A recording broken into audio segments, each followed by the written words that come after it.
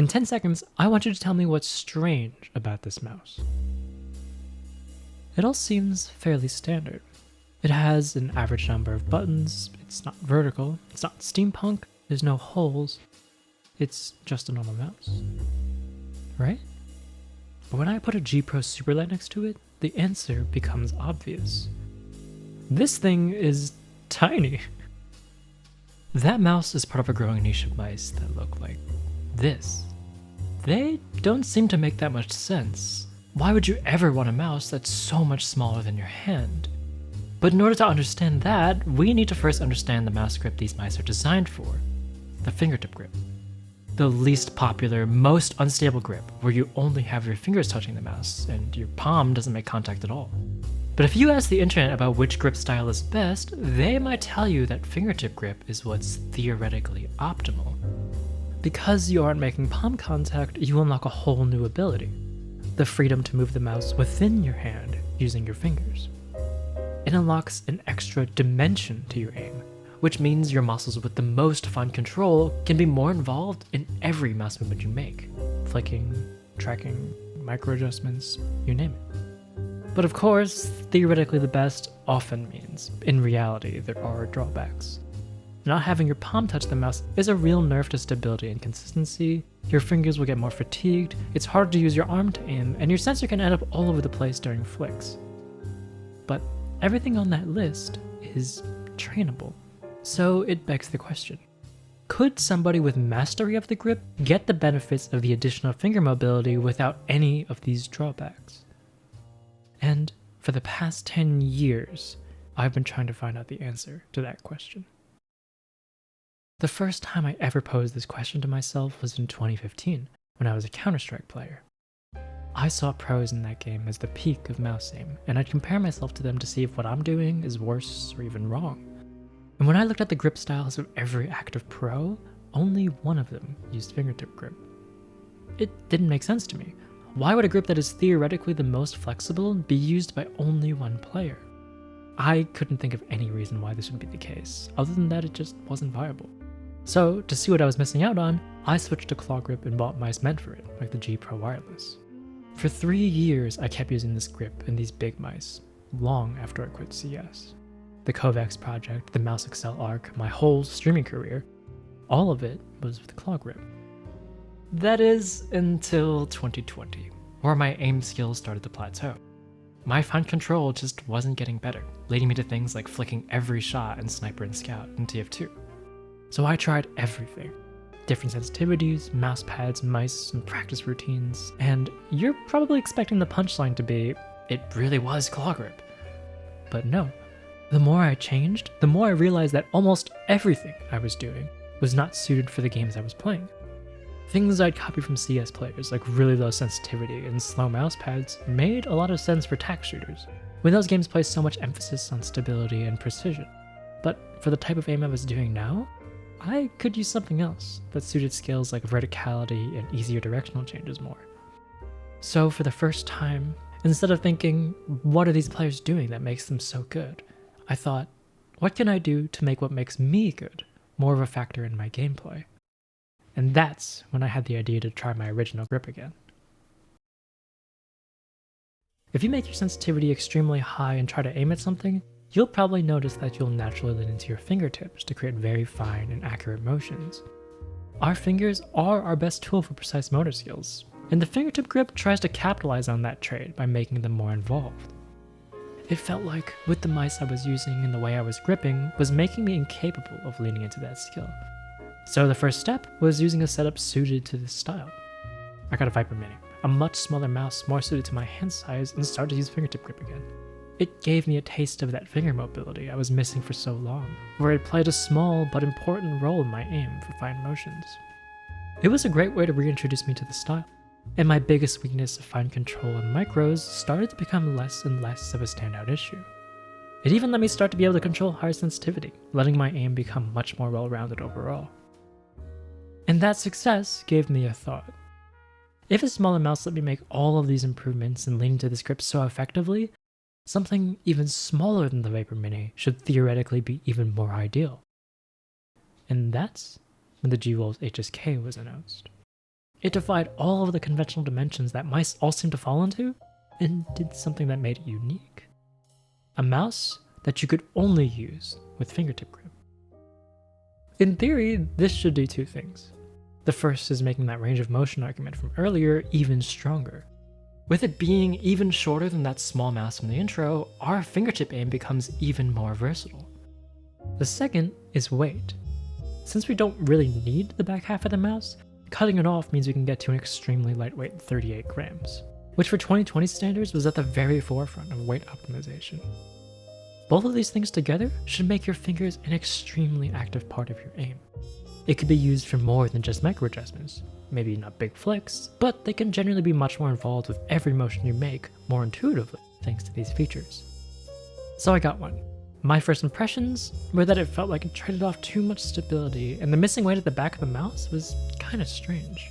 But every time I would come back to the HSK and dip my toes back into true fingertip mice, I found that I was playing better and better. I was improving with the fingertip grip style generally, and the more I used it, the more I appreciated how easy it was to manipulate the HSK within my hand. Tracking like this could be performed almost entirely with my fingers, and I was getting better at blending these motions with my other muscle groups. At some point, it felt like I couldn't even go back to the Viper Mini, because I was just playing so much better with this weird half mouse. But then, G-Wolves took it one step further. The HSK Pro. 26 grams and significantly smaller than the last HSK. This mouse was even more out there in terms of innovation. It wasn't just taking a normal mouse and cutting in half anymore. This tiny aiming device was so small that it was unlike the aiming experience of any other mouse. It should take the ideas of what made me like the original HSK, range of motion and weight, and take it to its logical extreme. But this mouse had me asking questions I had never asked before. Is there such a thing as a mouse that's too light? Or too small? Even for my relatively small hands, this thing was so unwieldy and unstable that it naturally led me to applying a lot of extra force just to keep it steady. It was actually painful to use this mouse for any extended period of time. So it seemed like, while a nice idea, it also revealed the limitations of how far you can push fingertip mice in terms of specs. And that set me on a quest. If this was too far, what actually is the limit? Surely it's something between these. So I tried some other options in the market, tried some 3D printed shapes, started DIYing my own fingertip mice, tried some mice that could have bought me a new guitar, tried some more 3D printed mice, and at the end of all this, I still went back to the original HSK. It was just a safe shape that did what it tries to do very well. So at this point, I felt like I had tried enough to give my thoughts on the fingertip market as it stood. I had thought about dipping my toes in the mouse reviews, and with my newfound obsession with this niche, I thought I can give a pretty neat summary of everything that's out there right now. Is what I would recommend for anybody just wanting to get into the niche or just dip your toes in. It's cheap, it's relatively safe, and I don't know, it's just what I want out of the fingertip mouse niche. Then we have the HSK Pro. And this thing, I wish I liked it more. It's just an insane level of optimization for one specific thing, and that is finger engagement. It's so small and it's so light that it ends up feeling more like you're aiming with a pen than it does an actual mouse. This style, this sort of pen-like mouse should have potential, right? It should be the best mouse for somebody out there. But because of that, it's so different to everything else I've ever used. And to get the benefits of it, it would require so much dedicated practice.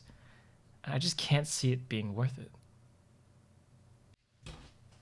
I sat there after that review and thought about what I had just said. If I really wanted an answer to how much potential this style had, it would take years of practice, probably thousands of hours, just to negate all of the downsides that this mouse places on you. And it wasn't a guarantee that I'd get an answer. This mouse is so out there and different that it would be like learning a completely different keyboard layout or fighting style. Not exactly starting from square one, but you'll definitely be worse for a long time before you start to see results. What if nobody was willing to put in that effort? And what if I was the only person who even wanted an answer to this? The only way that I can guarantee it is to do it myself. So, to finally answer that question I first had in 2015, I committed to the HSK Pro.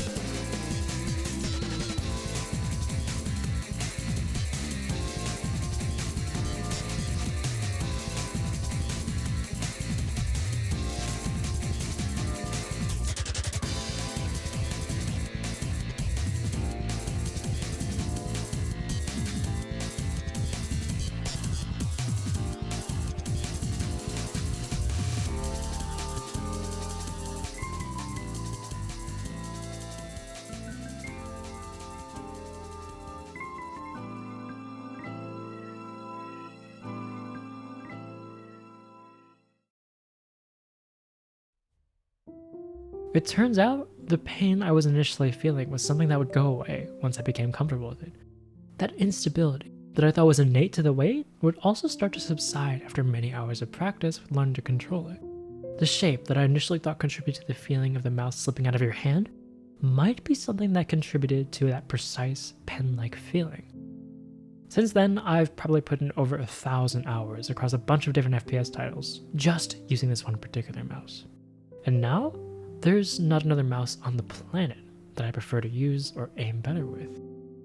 I'm not going to say that I'm anywhere close to the best FPS players ever, but when you look at my raw aim just 2 years ago, it wasn't horrible, but compared to now, it's a big difference. But that still leaves the question, is fingertip grip objectively the best mouse grip? Now that I've developed this much stability and consistency, are there only upsides? No. Like most things that are theoretically optimal, when you take into consideration human limits, there will always be pros and cons. And fingertip mice are definitely not for everybody. Even if you do use the fingertip grip, it's the kind of thing that maximizes the pros while also amplifying the cons. But while I do believe I could have ironed out my weaknesses in claw grip through a lot of practice, I feel like between the fingertip grip and my weird mouse preferences, I managed to lean into one of my strengths as much as I could, and then build up supporting skills around it. And I really do feel like it suits my style well. If you get anything out of this video, it should be that. Trying out things from successful players or just experts in whatever skill you're trying to learn is never a bad thing, but it's so useful to understand why people do what they do, not just blindly mimic them. In my case, I had to learn that the goals of tech FPS players were fundamentally different to my goals, and that pros are not necessarily the arbiters of FPS mechanics. But I might have never stopped blindly following their lead if I never thought about the why behind their preferences. Even within the tech FPS space, there are exceptions to that rule. Everybody is good at different things, and everybody's optimal method of improvement will be slightly different. It doesn't make sense to just follow what other people are doing without thinking about it. So, figure out what makes the most sense for you. Sometimes that will be learning from others and trying to master their technique. Other times it will be combining ideas from different players and skill sets. And occasionally, your best bet is to just do what feels right to you, even if you're the only one doing it. Thanks for watching.